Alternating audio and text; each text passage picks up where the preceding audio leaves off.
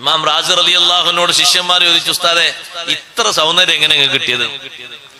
ഇമാം റാസി റളിയല്ലാഹുവിനെ കാണാൻ വല്ലാത്ത ചുറുക്കാണ്. ഒരു പ്രാവശ്യം ഇങ്ങനെ കണ്ട രണ്ടാമത് നോക്കിപ്പോ. എന്നാ പുറം ഭാഗത്തെ സൗന്ദര്യം മാത്രല്ല, ഉള്ളിലാണെങ്കിലോ ഇൽമിന്റെ കലവറ. വിശുദ്ധ ഖുർആനിനെ എഴുതിയ തഫ്സീർ തന്നെ 32 വാള്യങ്ങളുണ്ട്. സൂറത്തുൽ ഫാത്തിഹക്ക് മഹാനവറുടെ വിശദീകരണം തന്നെ 200-ലധികം പേജുകളുണ്ട്. വലിയ ഇൽമാണ് അല്ലാഹു മഹാനവറുകൾക്ക് നൽകിയത്. നമ്മൾ മനസ്സിലാക്കണം, എല്ലാ ശാസ്ത്ര ശാഖകളിലും വലിയ മികവ് നേടിയ ഇമാം റാസി റളിയല്ലാഹു അൻഹുവിനോട് നിങ്ങൾക്ക് ഉള്ളിലും പുറത്തും അല്ലാഹു സൗന്ദര്യം തന്നിട്ടുണ്ട്. ഇൽമിന്റെ സൗന്ദര്യമാണ് ശരിക്ക് ബാത്തിനായ സൗന്ദര്യം എന്ന് പറയുന്നത്. പുറത്ത് നിങ്ങളെ കാണാനും നല്ല ഭംഗിയുണ്ട്. എന്താ കാരണം? ഇമാം റാസി റളിയല്ലാഹു അൻഹു പറഞ്ഞു, അത് ബാപ്പയും ഉമ്മയും നിയ്യത്ത് നന്നാക്കിയതുകൊണ്ടാണ്. മനസ്സിലായില്ല? ബാപ്പയും ഉമ്മയും അവരുടെ ശാരീരിക ബന്ധത്തിന്റെ സമയത്ത് നല്ല ബന്ധം പുലർത്തുമ്പോൾ നല്ല നിയ്യത്ത് വേണം. ആ നിയ്യത്തിന്റെ ഫലമാണ് നല്ല കുഞ്ഞുങ്ങൾ. എന്റെ ഉപ്പയും എന്റെ ഉമ്മയും രണ്ടുപേരും നിയ്യത്താക്കിയത് ലാഹിറും ബാത്തിനും നല്ല വൃത്തിയുള്ള ശുദ്ധിയുള്ള സുഗന്ധമുള്ള സൗന്ദര്യമുള്ള. ബാപ്പ ഒന്നുകൂടി എന്നോട് പറഞ്ഞിരുന്നു, ഉള്ളിലും പുറത്തും നല്ല സൗന്ദര്യമുള്ളത് എന്ന് പറയുമ്പോ മോനെ, എന്റെ മനസ്സിൽ ഞാൻ രൂപപ്പെടുത്തിയത് റോസാപ്പൂവിനെ പോലെയുള്ള സൗന്ദര്യം എന്നാ ബാപ്പ പറഞ്ഞു കൊടുത്തത്. ആര് കണ്ടാലും ഒന്ന് നല്ല സന്തോഷത്തോടും ഇതൊരു പൂവല്ലേ, നല്ല രസമുണ്ട്, ഒന്നിങ്ങനെ വാസനിക്കും. ആ കാണാനുള്ള നല്ല മികവും ഉള്ളിലാണെങ്കിൽ ഇൽമിന്റെ വല്ലാത്ത സൗന്ദര്യവും അല്ലാഹു നൽകി. അവരെ നിയ്യത്ത് നന്നായതുകൊണ്ട് ആ നിയ്യത്തിന്റെ ഫലമായിട്ട് ഇമാം റാസി റളിയല്ലാഹു അൻഹുവിന് അല്ലാഹു സുബ്ഹാനഹു വ തആല നൽകിയ ആത്മീയമായും ബാഹ്യമായുമുള്ള സൗന്ദര്യം വേറെ വെറുതല്ല, വല്ലാത്ത സൗന്ദര്യമാണ്. ഇങ്ങനെയാണ് മഹാത്മാക്കൾ മുഴുവനും കുറഞ്ഞ കാലത്തുള്ള അവരുടെ കർമ്മമേഖല വലിയ ലെവലിലേക്ക് ഉയർത്തിയത്. കൂട്ടത്തിൽ സഹോദരങ്ങളെ, അതിന് നന്നായി സൗന്ദര്യം ലഭിക്കാൻ നമ്മളെല്ലാവരും ഒരു കാര്യം ശ്രദ്ധിക്കണം. നിയ്യത്ത് നന്നാക്കുന്നതിനോടൊപ്പം ഞാനും നിങ്ങളും ഇപ്പോൾ നമ്മിൽ നിന്ന് അസ്തമിച്ചു പോയിക്കൊണ്ടിരിക്കുന്ന ഒരു വിഷയമുണ്ട്. അതാണ് പ്രധാനമായും ഇന്ന് ഞാൻ ഉദ്ദേശിക്കുന്നത്. അതെന്താന്ന് ചോദിച്ചാൽ, ഓരോ അമലുകളിലും ഉള്ള അദബ്. അതൊന്ന് കാണാനില്ല. അതാണ് കാര്യമായും വേണ്ടത്. ഒരു ബാപ്പ ഉമ്മ കുട്ടികൾക്ക് പകർന്നു കൊടുക്കേണ്ട ഹക്ക് പറഞ്ഞപ്പോ സയ്യിദുനാ റസൂലുള്ളാഹി സ്വല്ലല്ലാഹു അലൈഹി വസല്ലം തങ്ങൾ പറഞ്ഞു, മിൻ ഹഖിൽ വാലിദി അലൽ വലദി അൻ യുഹ്സിന ഇസ്മഹു വ യുഹ്സിന അദബഹു. പേര് നന്നാക്കണം. പിന്നെ നമ്മളൊക്കെ ചോദിച്ച് നല്ല പേരിടും, ചോദിച്ച് നല്ല അർത്ഥമുള്ള നല്ല റാഹത്തുള്ള പേരുകൾ ചോദിച്ചിടണം. അല്ലെങ്കിൽ അതിനനുസരിച്ച് അവസ്ഥ മാറും. പേര് മാറിയിട്ടുണ്ടെങ്കിൽ ആളുടെ അവസ്ഥ മാറും, ഒരുപാട് മാറും. ഉമർ ബിൻ ഖത്താബ് റളിയല്ലാഹുവിന്റെ കാലഘട്ടത്തിൽ തന്നെ ഒരു കുട്ടിയുടെ പേര് ചോദിച്ചു ഉമർ റളിയല്ലാഹു അൻഹു. ആ കുട്ടിയുടെ പേരിൽ ദുരർത്ഥമുണ്ട്. ബാപ്പാന്റെ പേര് ചോദിച്ചു, ആ പേരിലും ഒരു ദുരർത്ഥമുണ്ട്. ആ കുട്ടി താമസിക്കുന്ന വീട് ഉൾക്കൊള്ളുന്ന ആ ചെറിയ പ്രദേശത്തിന്റെ പേര് വെച്ചു, അതിലും ദുരർത്ഥമുണ്ട്. ഉമർ റളിയല്ലാഹു അൻഹു പറഞ്ഞു, മോനെ നീ വേഗം വീട്ടിലെത്തണം, നിന്റെ വീട് കത്തിക്കരിഞ്ഞു തോന്നുന്നുണ്ട്. പോയി നോക്കുമ്പോ വീട് അങ്ങനെ കത്താണ്. ഇത്ര പേരാ നബി സല്ലല്ലാഹു അലൈഹി വസല്ലം നിങ്ങൾ മാറ്റിയത്? എത്ര ആളുകളുടെ പേര് ആ പേരിൽ ദുരർത്ഥവും മോശപ്പെട്ട ആശയവും ഉള്ളതുകൊണ്ട് തങ്ങൾ മാറ്റി. ബഹുമാനപ്പെട്ട സഹ്ൽ റളിയല്ലാഹു അൻഹു, സഹ്ൽ റളിയല്ലാഹു അൻഹുവിന്റെ പേര് നബി സല്ലല്ലാഹു അലൈഹി വസല്ലം തങ്ങൾ മാറ്റിയതാണ്. നേരത്തെയുള്ള പേരിൽ ദുരർത്ഥമുണ്ടായിരുന്നു. ഇനി അങ്ങനത്തെ പേര് വേണ്ട, ഇന്നു മുതൽ നിങ്ങൾക്ക് സഹ്ൽ എന്നാകട്ടെ, അന്ത സഹ്ലുൻ. പിന്നെ ആ പേരിലാണ് മഹാനവറുകൾ അറിയപ്പെട്ടത്. നല്ല പേരിടണം, അതുപോലെ തന്നെ അദബ് നന്നാക്കണം. അദബ് നന്നാക്കി തുടങ്ങേണ്ടത് നമ്മളോട് കൂടെ അവർ ഇഴകിച്ചേർന്ന് ജീവിക്കുന്ന ഒരു കാലം വരും എന്ന് പറഞ്ഞാൽ ഒരു 2 വയസ്സ് 3 വയസ്സാകുമ്പോ നമ്മുടെ അടുത്ത് വന്നിരിക്കാനും ഭക്ഷണം കഴിക്കാനും നമ്മളോടൊപ്പം എല്ലാ കാര്യങ്ങളിലും പങ്കുചേരാൻ മക്കൾ വരും, പേരക്കുട്ടികൾ വരും. നല്ല വഴിയിലേക്ക് ഭാവിയിലേക്ക് അവരെ കൊണ്ടുപോകാൻ കൈപിടിച്ചുയർത്താൻ ആവശ്യമായത് നല്ല അദബ് അവരെ ശീലിപ്പിക്കണം എന്ന് പറഞ്ഞാൽ ചിലരൊക്കെ മനസ്സിലാക്കും ഉസ്താദ് പറഞ്ഞ കുട്ടികളെ നല്ലോണം അടിക്കാനാണ്. അതല്ല അതുകൊണ്ട് ഉദ്ദേശം പ്രവൃത്തി പദത്തിൽ അവർക്ക് കാണിച്ചു കൊടുക്കാനാണ്. ഹബീബ് റസൂലുള്ളാഹി സ്വല്ലല്ലാഹു അലൈഹി വസല്ലം തങ്ങൾ വല്ലാതെ ഇഷ്ടപ്പെടുന്ന ഒരു വിഭാഗമായിരുന്നല്ലോ കുട്ടികൾ. കുട്ടികൾ തങ്ങളെ അടുത്തേക്ക് വരുമ്പോ തങ്ങൾ അവരെ നല്ല അദബ് പഠിപ്പിക്കും. ഭക്ഷണം കഴിക്കാൻ തങ്ങൾ ഇരിക്കുമ്പോ അടുത്തേക്ക് കുട്ടികൾ വരും. ആ കുട്ടികളെ തങ്ങൾ അടുത്ത് തന്നെ ഇരുത്തും. കുട്ടികൾക്കൊരു സ്വഭാവമാണല്ലോ, പൊതുവെ അതൊരു കേടല്ല, അവരുടെ ഒരു സ്വഭാവമാണ്. ചിലപ്പോ 2 കൈ കൊണ്ടായിരിക്കും ഒരു സാധനം വലിച്ചെടുക്കുക. തങ്ങൾ അടുത്തിരിക്കുന്ന കുട്ടി 2 കൈയും പാത്രത്തിലേക്ക് അങ്ങ് നീട്ടിയപ്പോ ആ കുട്ടിയോട് തങ്ങൾ പറഞ്ഞു കുൽ ബിയമീനിക്, വലത്തെ കൈ മാത്രം ഉപയോഗിക്കണം. പിന്നെ ആ കുട്ടി പെട്ടെന്ന് എടുക്കാൻ വേണ്ടി പോകുമ്പോ തങ്ങൾ പറഞ്ഞു സമ്മില്ലാ, ബിസ്മി അല്ലണം മോനെ. പല പാത്രത്തിലേക്കും കൈ പോകാൻ തുടങ്ങിയപ്പോ തങ്ങൾ പറഞ്ഞു കുൽ മിമ്മായലീക്, അടുത്തുള്ളതിൽ നിന്ന് എടുത്തങ്ങനെ ഉപയോഗിക്കണം. പിന്നീട് കുറെ പ്രായമായപ്പോഴും ആ സ്വഹാബി പറയുന്നു, ഞാൻ എന്റെ കുട്ടിക്കാലത്ത് തങ്ങളെ വീട്ടിൽ പോയപ്പോ അന്ന് എന്നെ പഠിപ്പിച്ച ഈ 3 വിഷയങ്ങളും ജീവിതത്തിൽ ഇപ്പോഴും ഞാൻ പാലിച്ചു പോരുന്നുണ്ട്. ഉപ്പമാരെ ഉമ്മമാരെ, ആ അദബ് നമ്മൾ പ്രവൃത്തിപദത്തിൽ കാണിച്ചു കൊടുക്കേണ്ടതാണ്. അത് ഒരു സംഗതിക്കല്ല, എല്ലാ സംഗതികളിലും അത് വേണം. അതാണ് സത്യത്തിൽ ഇസ്ലാമിന്റെ ഏറ്റവും വലിയ ആത്മീയമായ ഭാവം. അതുകൊണ്ടാണ് മഹാന്മാര് പഠിപ്പിച്ചത് ഇന്ന തസൗഫ കുല്ലഹു ലഹുവൽ അദബ് വമിനൽ അവാരിഫി ഫതുലുബൻഹു വഅവ്വിലാ. തസൗഫ് എന്ന് പറഞ്ഞാൽ അത് ഏറ്റവും പ്രധാനമായത് അദബ് തന്നെയാണ്. അതിന്റെ ഏറ്റവും പ്രധാനപ്പെട്ട വശം അതാണ്, അദബാണ്. അത് ബഹുമാനിക്കേണ്ടിടത്ത് അങ്ങനെയും ചോദിക്കേണ്ടിടത്ത് പറയേണ്ടിടത്ത് അങ്ങനെയും പഠിപ്പിക്കണം. മുതിർന്നവര് നമ്മുടെ കൂടെ സംസാരിക്കുമ്പോ കുട്ടികൾ അതിനിടയിൽ ജവാബ് പറയാൻ വേണ്ടി ശ്രമിക്കുമ്പോ ആ കുട്ടികളെ വിളിച്ച് നന്നായി ഉപദേശിക്കണം. സ്വഹാബത്തിന്റെ കാലത്തൊക്കെയുള്ള അദബ് നോക്ക്. അഷ്റഫുൽ ഖൽഖ് സ്വല്ലല്ലാഹു അലൈഹി വസല്ലം തങ്ങൾ സുബ്ഹിന്റെ ശേഷം സ്വഹാബത്തിന് ഇൽമ പറഞ്ഞു കൊടുക്കുന്ന പതിവ് എല്ലാ ദിവസവും ഉണ്ട്. അധികം ചിലപ്പോ കുറച്ച് നീണ്ട ചർച്ച തന്നെ ഉണ്ടാവും. ഒരു ദിവസം തങ്ങൾ ചോദിച്ചു, സുബ്ഹി നിസ്കാരം കഴിഞ്ഞ് നിങ്ങൾക്ക് ആർക്കെങ്കിലും കിട്ടിയൊരു ചോദ്യം ചോദിക്കാൻ പോകുകയാണ്. ഇന്ന മിനശ് ശജരി ശജറതൻ മസലുഹാ മസലുൽ മുസ്ലിം.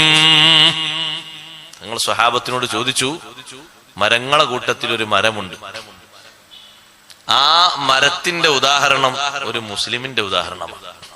ഒരു മുസ്ലിമിനോട് ഉദാഹരിക്കാൻ പറ്റും ആ മരത്തെ.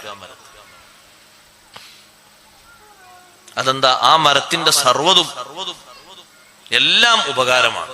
അങ്ങനെയാണല്ലോ ഒരു മുസ്ലിം. ഒരു മുസ്ലിമിന്റെ എല്ലാം ഉപകാരപ്രദമാണ്. എല്ലാം എന്ന് പറഞ്ഞാൽ അവന്റെ ഹറക്കാത്ത് സക്കനാത്തുകൾ മുഴുവൻ, അവന്റെ സാമീപ്യം, അവന്റെ സമ്പർക്കം, അവന്റെ സഹകരണം, അവന്റെ നടത്തം, അവന്റെ കൂട്ടുകെട്ട്, അവന്റെ ഇബാദത്ത്, അവന്റെ ഉപദേശങ്ങൾ, അവന്റെ സ്വകാര്യങ്ങൾ എല്ലാം ഉപകാരപ്രദമാണ്. ഒന്നിലും ഉപദ്രവകരമായ ഒന്നും ഉണ്ടാകാൻ പാടില്ല. അങ്ങനെ പറ്റുന്ന, അങ്ങനെ ഉപയോഗിക്കാൻ പറ്റുന്ന, ഉദാഹരണമായി പറയാൻ പറ്റുന്ന ഒരു മരമുണ്ട്. സ്വഹാബത്തിലേക്ക് തങ്ങൾ ഇങ്ങനെ നോക്കി, ആരും പറയാതിരുന്നപ്പോ തങ്ങൾ പറഞ്ഞു, ദാക ഷജറത്തുൻ നഖിൽ, അത് ഈത്തപ്പഴ മരമാണ്. ആ മറുപടിക്ക് കഴിഞ്ഞ് ക്ലാസ് കഴിഞ്ഞ് ഇങ്ങനെ പോകുമ്പോ ഒരു വാപ്പയും മോനും ഇങ്ങനെ, മുന്നിൽ വാപ്പയും ബാക്കിൽ മോനും ഇങ്ങനെ പോകുന്നുണ്ട്. ഉമർ ബിൻ ഖത്താബ് റളിയല്ലാഹു അൻഹു മകൻ അബ്ദുല്ലാഹി ബിൻ ഉമർ തങ്ങൾ. അപ്പൊ മകൻ പറഞ്ഞു വാപ്പയോട്, ഉപ്പാ ആ മറുപടി എനിക്ക് കൃത്യമായി അറിയാമായിരുന്നു. എന്നാ മോനെ ആ സദസ്സിൽ അത് പറയണ്ട, വാപ്പക്ക് എന്തൊരു സന്തോഷം ഉണ്ടാവും. എന്റെ മോനാ പറഞ്ഞു. അപ്പൊ എന്താ കുട്ടിന്റെ മറുപടി എന്ന് പറയാം, നിങ്ങളും സിദ്ദീഖ് റളിയല്ലാഹു അൻഹു അവിടെ ഇരിക്കുന്നത് കൊണ്ട് ഞാനത് പറഞ്ഞില്ല. എന്താ പറയാതിരുന്നത്? അവിടെ ആരാ ഇരിക്കുന്നത്? ആ സദസ്സിൽ അപ്പുറപ്പുറമൊക്കെ ഇരിക്കുന്നവരാരാ? അവരെ മാനിച്ചുകൊണ്ട് എനിക്ക് അത് പറയാൻ ഒരു ഹൈബത്ത്, ഒരു ബഹുമാനത്തിന്റെ പേടി എന്ന് പറഞ്ഞ പേടി അത് വന്നുപോയി. അതൊരു അദബ. ആ അദബാന്ന് വിട്ടു. വാപ്പ വരുന്നുണ്ട്. ആ വാപ്പ വന്നോട്ടെ, വാപ്പയിലെ കയറി പോയിക്കോളൂ. ഞാൻ ഇവിടെ ഇരിക്കണ എന്താ തടസ്സമൊന്നുമില്ലല്ലോ. മോനെ വല്യാപ്പ വരുന്നു, വല്യാപ്പക്ക് വരാലോ, അതാ കയറി പോകാൻ പറ്റിയ സ്ഥലം ഉണ്ടല്ലോ. വല്യപ്പ വരുന്നുണ്ട് എന്ന് ബാപ്പ പറയുന്നത് എന്തിനാണ്? ഈ കുട്ടിക്ക് അതബോടിപ്പിക്കാനാണ്. ആ കുട്ടി എഴുന്നേൽക്കുന്നില്ലെങ്കിൽ കൈപിടിച്ച് പതുക്കെ മോനെ ഒന്ന് എഴുന്നേൽക്ക്. ബാപ്പ വരുമ്പോ, വല്യപ്പ വരുമ്പോ, മൂത്താപ്പ വരുമ്പോ ബഹുമാനിക്കേണ്ടവരാര് വന്നാലും നീ എഴുന്നേൽക്കണം. ആ ബഹുമാനിക്കേണ്ടവരെ കൂട്ടത്തിൽ പെട്ടവരാണ് മുതിർന്നവർ. നിന്റെ സ്വന്തം ജേട്ടനാണ് ആ വരുന്നത്. ആ ജേട്ടൻ വരുമ്പോൾ നീ ബഹുമാനിക്കണം. ആ ബഹുമാനം പഴയകാലത്ത് ഉമ്മമാരാണ് നന്നായി പഠിപ്പിച്ചിരുന്നത്. ഉമ്മമാരെ ആ അദബ് ഇന്ന് വിട്ടുപോകാൻ പാടില്ല. അതാണ് ഏറ്റവും വലിയ മാനക്കേട്. ജേട്ടനും അഞ്ചനും തമ്മിലുള്ള വ്യത്യാസം ഒരു മിനിറ്റിന്റെ വ്യത്യാസത്തിൽ വന്ന മഹാന്മാരാണ്. ബഹുമാനപ്പെട്ട ഹസൻ ഇബ്നു സ്വാലിഹ്, അലി ഇബ്നു സ്വാലിഹ് റളിയല്ലാഹു അൻഹുമാ ഇരട്ടകളാണ്. അവര് ജനിച്ച ഉടനെ കുറച്ചു സമയം കഴിയുമ്പോഴേക്ക് ബാപ്പ മരണപ്പെട്ടു പോയി. പിന്നെ ഉമ്മാന്റെ തണലിലാണ് ഈ രണ്ട് മക്കളും വളരുന്നത്. അതിൽ മൂത്ത ആളാണ് ഹസൻ ഇബ്നു സ്വാലിഹ് റളിയല്ലാഹു അൻഹു. ആ ഹസൻ ഇബ്നു സ്വാലിഹ് റളിയല്ലാഹു അൻഹു ഏതെങ്കിലും ഒരു സദസ്സിൽ ഇരിക്കുകയാണെങ്കിൽ അതിന്റെ ബാക്കിലാണ് ബഹുമാനപ്പെട്ട അലി ഇബ്നു സ്വാലിഹ് റളിയല്ലാഹു അൻഹുവിന്റെ സീറ്റ്. ഒരേ വലുപ്പമാണ്, കണ്ടാലും ഏറെക്കുറെ ഒരേ രൂപമാണ്. പക്ഷേ ജ്യേഷ്ഠൻ നടക്കുമ്പോ പിന്നാലെയല്ല, അത് നടന്നിട്ടില്ല. ചോദിച്ചു, നിങ്ങൾ ഇരട്ടകളല്ലേ? അപ്പൊ അനുജന്റെ മറുപടി, അലി ഇബ്നു സ്വാലിഹ് തങ്ങളെ മറുപടി, അതെ, ഞാൻ വരുന്നതിന്റെ ഒരു മിനിറ്റ് മുമ്പല്ലേ എന്റെ ജേട്ടൻ ദുനിയാവിലേക്ക് വന്നത്. അങ്ങനെയാണെങ്കിലും അതെന്റെ മൂത്ത ആളാണ്. മണിക്കൂറിന്റെ മാറ്റമുണ്ടോ? ഇല്ല. ദിവസത്തിന്റെ മാറ്റമുണ്ടോ? ഇല്ല. മാസങ്ങളുടെ, വർഷങ്ങളുടെ മാറ്റമുണ്ടോ? ഇല്ല. ഇത് ഉപ്പമാരെ നമ്മൾ പകർത്തി കാണിച്ചു കൊടുക്കണം. എന്റെ ഉപ്പ എഴുന്നേറ്റത് ഒന്നുമല്ല, എന്റെ ജേട്ടനാ വരുന്നത്. സത്യത്തിൽ ആ ജേട്ടന് കഴിവ് കുറവാണ്. എല്ലാ മേഖലകളിലും ആള് വീക്കുള്ള ആളാണ്, വീക്ക്നെസ് ഉള്ള ആളാണ്. പക്ഷേ ഏത് മേഖലയിൽ ആള് താഴോട്ടാണെങ്കിലും ഒരു വിഷയത്തിൽ ആള് മുന്നോട്ടാണ്. അതേതിലാണ്? മൂത്ത തലം എന്ന നിലക്ക്, മൂത്ത ആള് എന്ന നിലക്ക് ഒരു പരിഗണന വിടാൻ പറ്റൂല. അങ്ങനെയാണത് മക്കൾക്ക് പഠിപ്പിക്കുന്നത്. ഉപ്പ എന്തിനാണ് ഇപ്പൊ എഴുന്നേറ്റത്? അത് എന്റെ ജ്യേഷ്ഠനാണ് മോനെ, മൂത്താളാണ്, അഥവാ നിന്റെ മൂത്താപ്പയാണ്. ആ മൂത്താപ്പയല്ലേ ഉപ്പാനോട് കഴിഞ്ഞ ദിവസം കുറെ ചൂടായി സംസാരിച്ച് ചീത്ത പറഞ്ഞത്? അതൊക്കെയാണെങ്കിലും ഞാൻ ബഹുമാനിക്കേണ്ട ഒരു തലമുണ്ട്. അതാ മൂത്തവൻ എന്ന അർത്ഥത്തിലുള്ള ബഹുമാനം ഇതുകൊണ്ടൊന്നും പോകൂല. സത്യത്തിൽ നോക്കൂ, ആ ഒരു തലം, ആ ഒരു ബഹുമാനം വല്ലാത്ത ബഹുമാനമാണ്. ഈ രണ്ട് മഹാന്മാര് അവർക്ക് ഈ അദബ് പഠിപ്പിച്ചത് ആ ഉമ്മയാണ്. ഉമ്മമാരെ, ആ അദബ് മാത്രമല്ല ഈ രണ്ട് കുട്ടികൾക്ക് ആ ഉമ്മ പഠിപ്പിച്ചത്. ഹസൻ ഇബ്നു സ്വാലിഹ് റളിയല്ലാഹു അൻഹുവിനും അലി ഇബ്നു സ്വാലിഹ് റളിയല്ലാഹു അൻഹുവിനും ഉമ്മ പഠിപ്പിച്ച വല്ലാത്ത അദബിൽപ്പെട്ട ഒന്നാണ്. അവർക്ക് തമ്മീസായ പ്രായം മുതൽക്ക് സുബഹിന്റെ മുമ്പ് ഉമ്മയെ നിൽക്കുമ്പോൾ ഈ കുട്ടികളെയും വിളിച്ചുണർത്താറുണ്ട്. പ്രായപൂർത്തി എത്തിയിട്ടില്ല. ഉമ്മമാര് മക്കൾക്ക് കൊടുക്കുന്ന ശിക്ഷണമാണ്, അദബാണ്. ഇന്ന് നമ്മൾ കാണാതെ പോകുന്നത് അതാണ്. ഉമ്മയും മകനും ചങ്ങാതിമാരെ പോലെ, മൂത്താളും താഴെയാളും ഫ്രണ്ട്സിനെ പോലെ അങ്ങനെ ആയിക്കൂടാ. അത് നമ്മുടെ സമൂഹത്തിന് വരുന്ന ഏറ്റവും വലിയ ദുരന്തമാണ്. അതുകൊണ്ട് കിട്ടുന്ന ആപത്ത് ചെറുതല്ല. ബഹുമാനമുള്ള വീടുണ്ടോ അവിടെ അല്ലാഹു ബറക്കത്ത് ഒരു മിനിറ്റ് പിറകോട്ടാക്കൂല. അദബുള്ള കുടുംബമാണോ ആ കുടുംബത്തിലാണ് ഏറ്റവും വലിയ ബഹുമാനമുള്ളത്. സ്വാലിഹീങ്ങൾ ജനിക്കുന്നത് ആ കുടുംബത്തിലാണ്. ബിശ്റുൽ ഹാഫി റളിയല്ലാഹു അൻഹുവിന്റെ പെങ്ങൾ ബിശ്റുൽ ഹാഫി റളിയല്ലാഹു അൻഹുവിന്റെ പെങ്ങൾ ആ കാലഘട്ടത്തിലെ ഒരു പണ്ഡിതനോട് ഒരു മസ്അല ചോദിക്കാൻ ചെന്നു. എന്താ മസ്അല? ഞാനിങ്ങനെ വീട്ടിൽ രാത്രി തുന്നിക്കൊണ്ടിരിക്കുമ്പോ ലൈറ്റ് അണഞ്ഞു പോയി. മുന്നിലൂടെ ഒരാള് ഒരു പാനൂസും കത്തിച്ചു പോയി. പഴയ കാലത്തെ പാനൂസ് ഇല്ലേ? പത്ത് ആൾക്കാർക്ക് പാനൂസ് അറിയുന്നാവോ? അറിയാത്തവരറിയുന്നവരോട് ചോദിച്ചോട്ടെ. എല്ലാം പഴയ അറിവും പഠിക്കണം.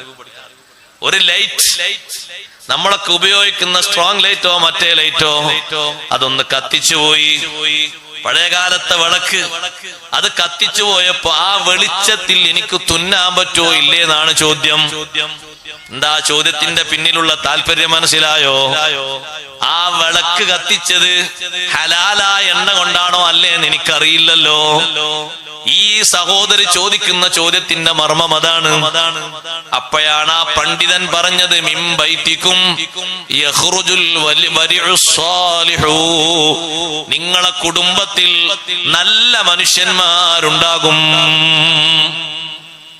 നിങ്ങളെ കുടുംബത്തിൽ നല്ല നല്ല ആൾക്കാർ വരും.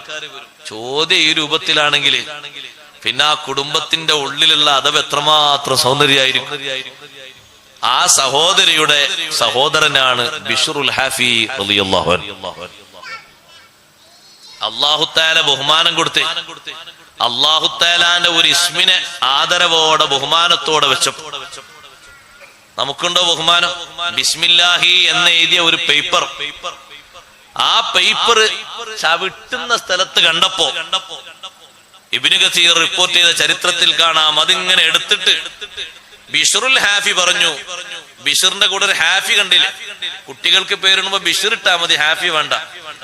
ഹാഫി എന്ന് പറഞ്ഞാൽ ചെരുപ്പിടാതിരിക്കുന്ന നടക്കുന്ന ആളെന്നാ. നമ്മളെ കുട്ടികളും അങ്ങനെ ആണെന്നുണ്ടോ? അന്ന് അങ്ങനെ പേര് വരാൻ കാരണം ഒരു ചെരുപ്പിന്റെ 4 ഭാഗവും പൊട്ടിയപ്പോ ചെരുപ്പ് തുന്നുന്ന ഒരാളടുത്ത് കൊണ്ടുപോയി കൊടുത്തതും തുന്നിത്തരണം. ചെരുപ്പ് തുന്നി ഇങ്ങനെ നോക്കിയിട്ട് പറഞ്ഞു, പടച്ചോനെ നിങ്ങളെപ്പോലത്തെ മനുഷ്യന്മാര് ജനങ്ങൾക്ക് ഉണ്ടാക്കുന്ന ഇടങ്ങേറത്ര, ഇത് ഇനി തുന്നാൻ കഴിയില്ല. ആ പോലത്തെ എത്തിയിട്ടുണ്ട്. 4 ഭാഗം പൊട്ടിയിട്ടുണ്ട്. ഇതിപ്പോ ഇനി തുന്നിയാൽ കുറച്ചുകൂടി കഴിഞ്ഞാൽ പിന്നെയും പൊട്ടൂല. അപ്പൊ ബിശ്ർ എന്നവർ ചിന്തിച്ചു, ഏത് ചെരുപ്പ് വാങ്ങിയാലും ഇങ്ങനെ ഉണ്ടാകൂലേ, അതുകൊണ്ട് ഇനി ചെരുപ്പ് തന്നെ വേണ്ട, ഞാൻ ആർക്കും ഒരു പ്രയാസം എന്നെ കൊണ്ട് ഉണ്ടാകണ്ട. അങ്ങനെയാണ് ബിശ്റുൽ ഹാഫി എന്ന് പറഞ്ഞത്. പേരിടുമ്പോ ബിശ്ർ ഇട്ടാ മതി, ഹാഫി വേണ്ട. ഹാഫി എന്ന് പറഞ്ഞാൽ നഗ്നപാദം ചെരുപ്പില്ല നടക്കുന്ന ആളെന്നാ. അത് അങ്ങനെ വന്നതാണ് പേരിന്റെ കൂടെ.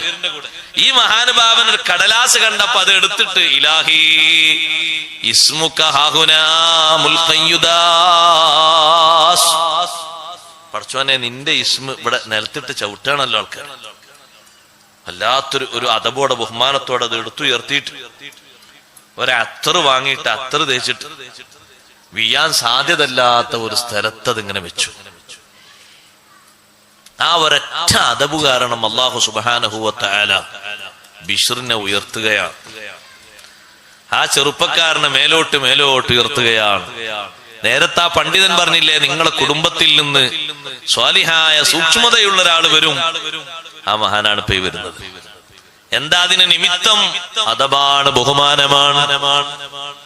വീടുകളിൽ പോയാൽ ചില വീടുകളിൽ, ഇവിടെ ഏതെങ്കിലും വീട് പോയി കണ്ടിട്ട് പറയാൻ കരുതണം കേട്ടോ, ഞാൻ ഒറ്റ വീടും പോയി നോക്കിയില്ല, നോക്കിയ വീട്ടിൽ കണ്ടിട്ടില്ല. നല്ല ഷെൽഫ് ഉണ്ടാകും, അതുപോലെ തന്നെ നല്ല പൂക്കളും മറ്റുമൊക്കെ വെച്ചിട്ടുണ്ടാകും. സുബ്ഹാനല്ലാഹ്, ചിലത് തോന്നും എടുക്കാനുള്ള സൗകര്യത്തിനായിരിക്കും അങ്ങനെ വെച്ചത്. അടിയിലെ ഭാഗത്ത് കാണാം മുസ്ഹഫും മൗലിദ് കിതാബും മറ്റുമൊക്കെ വെച്ചിരിക്കുന്നത്. അതിന്റെ മേലെയാണ് പൂച്ചട്ടിയുള്ളത്, അതിന്റെ മേലെയാണ് ഗ്ലാസ് ഉള്ളത്, നല്ല സൗന്ദര്യമുള്ള ജ്യൂസ് ഗ്ലാസ്, അതിന്റെ മേലെയാണ് നല്ല പൊട്ടുന്ന പാത്രങ്ങൾ ഉള്ളത്. അടിയിലാണ് മുസ്ഹഫും ഈ ബഹുമാനമുള്ള അദ്കാറിന്റെ കിതാബൊക്കെ ഉള്ളത്. അത് മേലെയാണ് വേണ്ടത്, ഏറ്റവും മേലെ, ഏറ്റവും മുകളിലാണ് അതിന്റെ സ്ഥാനം.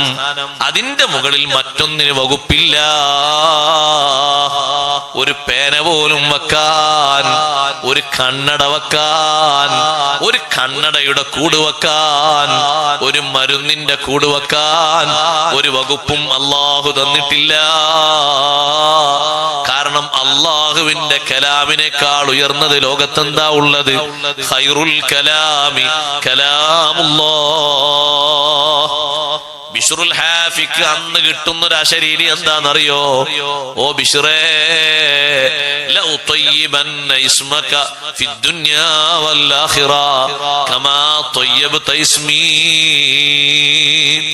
നിന്റെ നാമം ദുനിയാവിലും ആഖിറത്തിലും നമ്മൾ പരിശുദ്ധമാക്കും. എന്റെ ഇസ്മ നീ പരിശുദ്ധമാക്കിയല്ലോ, നീ അതിനെ സുഗന്ധപൂരിതമാക്കിയല്ലോ. ഒരു ബിസ്മില്ലാഹിക്കല്ലേ സൗന്ദര്യം കൊടുത്തത്, ഒരു ബിസ്മില്ലാഹിക്കല്ലേ ബഹുമാനം കൊടുത്തത്. ബഹുമാനം കൊടുക്കേണ്ടതിന് ആ രൂപത്തിൽ ബഹുമാനം കൊടുക്കണം, ആ രൂപത്തിൽ അദബ് കൊടുക്കണം. ആ അദബ് കൊണ്ടാണ്, ആ ഒരു ബഹുമാനം കൊണ്ടാണ് വലിയ ഉയർച്ചയിലേക്ക് എത്തിയത്. എന്നിട്ട് ഇമാം യാഫി റളിയല്ലാഹു അൻഹു പറയുന്നു, ബിശ്റുൽ ഹാഫി തങ്ങളെ അല്ലാഹു ഉയർത്തിയിട്ട് ഏത് ലെവലിൽ എത്തിച്ചു എന്നറിയോ? പിന്നീട് മാനവർക്ക് അല്ലാഹു തആല ലദുന്നിയായ നിലക്കുള്ള ഇൽമു നൽകി. അങ്ങനെ ഒരു ഇൽമുണ്ടോ? ഉണ്ട്. സൂറത്ത് കഹ്ഫിലൂടെ ഓതാറില്ലേ? ഫവജദ അബ്ദൻ മിൻ ഇബാദിനാ ആതൈനാഹു റഹ്മതൻ മിൻ ഇൻദിനാ വഅല്ലംനാഹു മിൻ ലദുന്നാ ഇൽമാ. നമ്മൾ ഡയറക്റ്റായി അറിവ് പകർന്നു കൊടുത്തൊരു മഹാൻ, അത് ബഹുമാനപ്പെട്ട ഖളിർ അലൈഹിസ്സലാമിനെ പറ്റി പറഞ്ഞതാണ്. അല്ലാഹു തആല ഡയറക്റ്റായി കൊടുക്കുന്ന ഇൽമു വഹ്ബിയായ ഇൽമു. ഇമാം ബൈളാവി തങ്ങൾ വിശദീകരിച്ചതുപോലെ ഇൽമു രണ്ട് തലമുണ്ട്. കസ്ബിയായ ഇൽമുമുണ്ട്, വഹ്ബിയായ ഇൽമുമുണ്ട്. അല്ലാഹു ഓശാരമായി കൊടുക്കുന്ന ഇൽമുണ്ട്. സാധാ ഞമ്മക്കൊക്കെ ഇത് കിട്ടുമോ? ഒക്കെ വേണോ? എല്ലാവർക്കും കിട്ടും. ഒറ്റ കണ്ടീഷനുള്ളൂ. എന്താണെന്നറിയോ? നബി സല്ലല്ലാഹു അലൈഹി വസല്ലം നിങ്ങൾ പറഞ്ഞു, അറിയാത്ത ഇൽമൊക്കെ അറിയാത്ത മാർഗത്തിലൂടെ വഴിയിലൂടെ കിട്ടണം. പഠിച്ചതങ്ങ് പ്രാക്ടിക്കലാക്കിയാൽ മതി. ഇപ്പോഴും അറിവുള്ളത് പലതും പുലർന്നിട്ടില്ലല്ലോ, നമ്മൾ ചെയ്യാൻ ഇറങ്ങിയിട്ടില്ലല്ലോ. മൻ അമില ബിമാ അലിമ അല്ലമഹുല്ലാഹു മാ ലം യഅലം. അറിയുന്നതങ്ങ് അനുവർത്തിച്ചാൽ അറിയാത്തത് അല്ലാഹു പഠിപ്പിച്ചു. എങ്ങനെ പഠിപ്പിക്കണോ അങ്ങനെ പഠിപ്പിക്കും. മനസ്സങ്ങോട്ട് വിശാലമാക്കി തന്നാൽ ഇൽമ അങ്ങോട്ട് കയറൂലേ, എല്ലാത്തര ഇൽമും കിട്ടൂലേ. ആ വലിയ ഇൽമിന്റെ ഉടമയായി ബിശ്റുൽ ഹാഫി. പിന്നെ മഹാനവറുകളുടെ കൂടെ ശിഷ്യന്മാര് കൂടാൻ തുടങ്ങി. ഏത് വീട്ടിൽ പോയി ഭക്ഷണം കഴിക്കുമ്പോഴും മഹാനവറുകൾക്ക് അല്ലാഹു നൽകിയ സൗന്ദര്യം, ഭക്ഷണം സംസാരിക്കും, ഇത് തിന്നാൻ പറ്റൂലേന്ന്. അത് കിട്ടിയാ ഒക്കെ രക്ഷപ്പെട്ടു. ദുആ രക്ഷപ്പെട്ടു, നിസ്കാരം രക്ഷപ്പെട്ടു, ഹജ്ജ് രക്ഷപ്പെട്ടു, സദഖ രക്ഷപ്പെട്ടു, ഉംറ എല്ലാ അമലും സ്വീകരിക്കാനുള്ള മാനദണ്ഡമാണല്ലോ തിന്നുന്നത് ഹലാലാവുക, കണ്ടീഷനാവുക. ലോകത്തെ ഏറ്റവും വലിയ മഹാന്മാരാണ് മുർസലുകൾ. അവരോട് വരെ അല്ലാഹു തആല വിളിച്ചു പറഞ്ഞ ഒരു വിഷയമാണ് കുലൂ മിനത്ത് ത്വയ്യിബാത്തി വഅമലു സ്വാലിഹാ. മുർസലീങ്ങളെ ഹലാല് മാത്രം ഭക്ഷിക്കുക, എന്നിട്ട് നല്ലത് ചെയ്യുക. സ്വാലിഹായ കാര്യങ്ങൾ ചെയ്യണമെങ്കിൽ ഭക്ഷിക്കുന്നത് ഹലാലാകണം. അതിന് വലിയ തൗഫീഖാണ്. ബിശ്റുൽ ഹാഫി തങ്ങൾ ഭക്ഷണം കഴിക്കുന്നുണ്ടോ ഇല്ലേ നോക്കിയിട്ട് ശിഷ്യന്മാർ കഴിക്കുള്ളൂ. ഭക്ഷണം പറയും നിങ്ങൾക്ക് ഭക്ഷിക്കാൻ പറ്റൂല എന്ന് പറഞ്ഞാൽ മഹാനവറുകൾ അതങ്ങ് നീക്കി വെക്കും. പിന്നെ അവിടെ നിന്ന് എഴുന്നേറ്റ് പോകുന്നത് ഭക്ഷിക്കൂല. ആ ഒരു ഉന്നതമായ അവസ്ഥയിലേക്കുള്ള ഉയർച്ച ലഭിച്ചത് ഒരു അദബാണ് അതിന്റെ പിന്നിൽ ഏറ്റവും പ്രധാനമായും വർത്തിച്ചത്. അതുകൊണ്ട് സഹോദരങ്ങളെ, സഹോദരിമാരെ, നന്നായി ശ്രദ്ധിക്കണം, നന്നായി സൂക്ഷിക്കണം. ആ മേഖലയിൽ നമുക്കൊരു കുറവും വന്നുകൂടാ.